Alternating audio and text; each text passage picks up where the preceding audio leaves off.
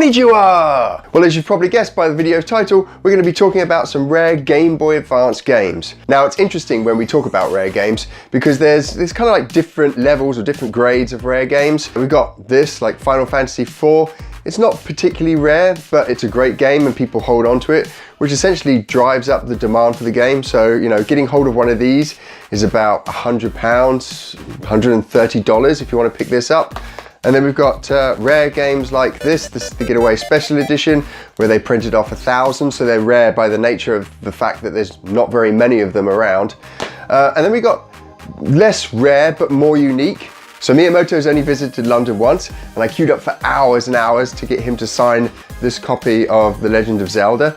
Now, given that he's only been to the UK once and most of his travels between Japan and the US, it's not likely that he's signed tons of copies of The Legend of Zelda PAL editions. And so there's a good chance that this is a really unique piece of gaming history, but not necessarily a rare game, which leads me on to these rare Game Boy Advance games that I've got. Now, the interesting thing about them is the game itself is not necessarily rare. Like, one of them sells for between $30 and $100. The other one sells for like $20. So they're not kind of like super rare. They might be a little bit desirable.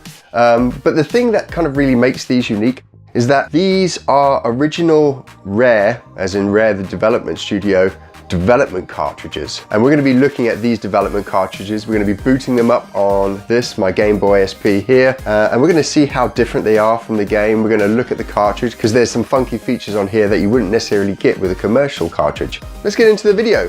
Game on!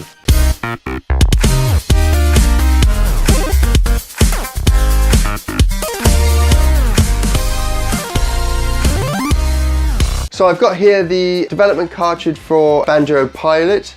It says it's version 1.1, 29th of the 9th, 2004. And I've got here Donkey Kong Country 3, the Game Boy Advance. This is the 6th of the 5th, 2005. And this is version 0.6. So let's take a closer look at these two games here. The first thing I guess we can see is that they're different sizes. So here we've got Final Fantasy Tactics Advance, and we've got the Banjo Pilot here. So you can see there's a definite difference in size here as we look at these two cartridges. Here they are from the side, and it kind of bulbouses out on the side here as well. And so this is Banjo Pilot here. Then we've also got Donkey Kong Country 3 here. And then we can see this is the back. So it looks like there was some kind of sticker on the back here. But yeah, and if we look closely, if I just tilt this maybe, just along the top there we've got three dip switches. And from what I can tell, switch 1 on and switch 2 on is 32 meg. And then if you want 64 meg, you need switch 1 off and switch 2 on. And if you want 128 meg, you need switch 1 on and switch 2 off. What is this third switch for? Does it say what the third switch is for? Can't see. Oh, hang on. Switch 3 at the bottom here is there's some Japanese text at the bottom here. So I'm gonna have to get this translated.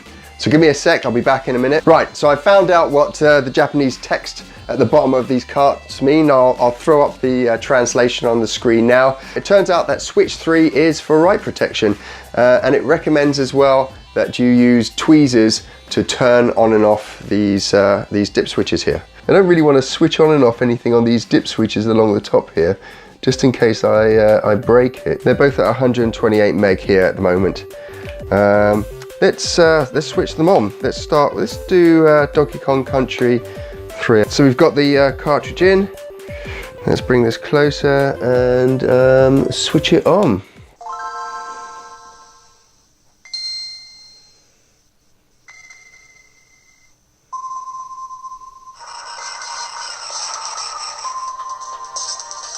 That's the Rare logo.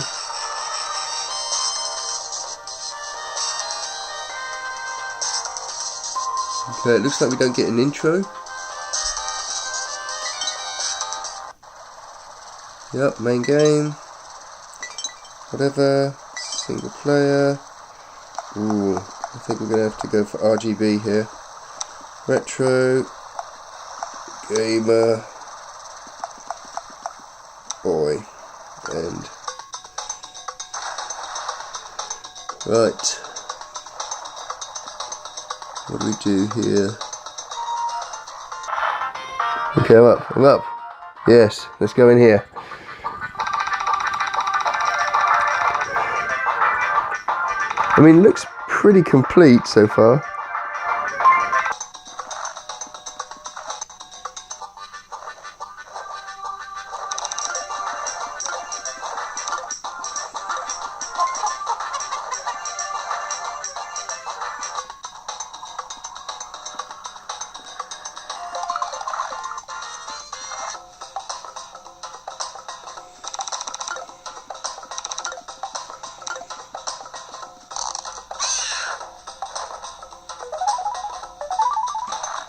So it's interesting to see that even though this is version 0.6, that actually quite a lot of the game was already on there. So I'm imagining that maybe these aren't the dev kit versions or the in-game dev versions. These must be alpha versions or beta versions of the game. So maybe 0.6 is 0.6 of the beta version of the game. Let's have a look at Banjo Pilot. Let's switch this on.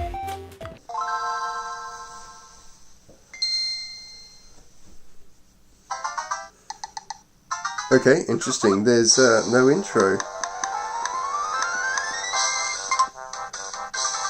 Options working. We won't go into the single. We won't do multiplayer. Let's go into the single player. Okay, so there's no plane that flies across the screen like in the original. Let's try the Grand Prix.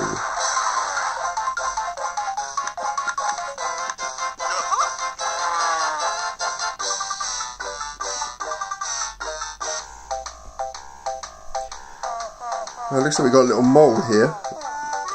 If any of you have played the Banjo Pilot game, let me know if any of this you're seeing now is different from the actual game. But what I can see, if we look at the video comparison, that this little guy here doesn't seem to appear. Let's play Honeycomb.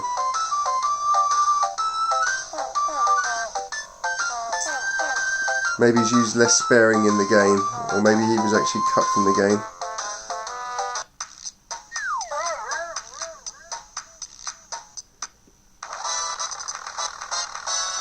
Get ready, go!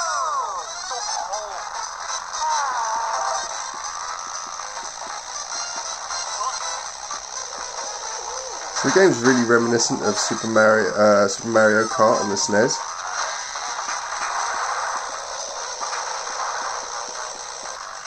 I can change my altitude here.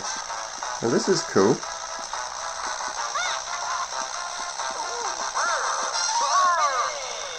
Sixth!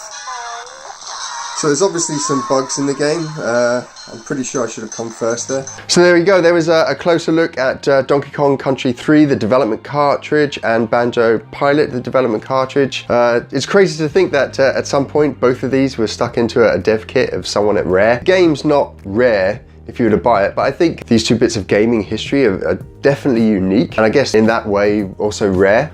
So how much are these? I don't know. I mean, to be honest, I'm not really going to sell them. They're going to sit here in my private games collection. But we have seen bits of development kits sell for a lot of money. So the Nintendo PlayStation, as far as we know, it's the only one in the world. I think it only plays SNES games, but that sold for a ton of money. So are these kind of in the same, if not league, the kind of same bucket of sales value here? You know, do people want to buy these for a lot of money? Do they have a lot of value? You know, they're half-finished games potentially, or at least buggy games. So are people interested in them? I'd be interested in the comments below to find out how much you'd be willing to pay for like development cartridges. And I'm not selling them, and that's not kind of a sales pitch to sell them. But yeah, it'd be interesting to know what kind of value you'd put on something like this, which is pretty unique and I guess in that way rare. So thank you for joining me on today's show. We're going to be checking out some more retro gaming goodness next week. I'll pull out some more of these kind of very unique items that I have in my games collection, and we can share those on this channel here. If you'd like to see more of these unique items, my games collection, and to talk about retro gaming, then make sure you subscribe by clicking on my little pixel head below. And if you'd like more retro gaming videos, then why not click on one of these two videos here.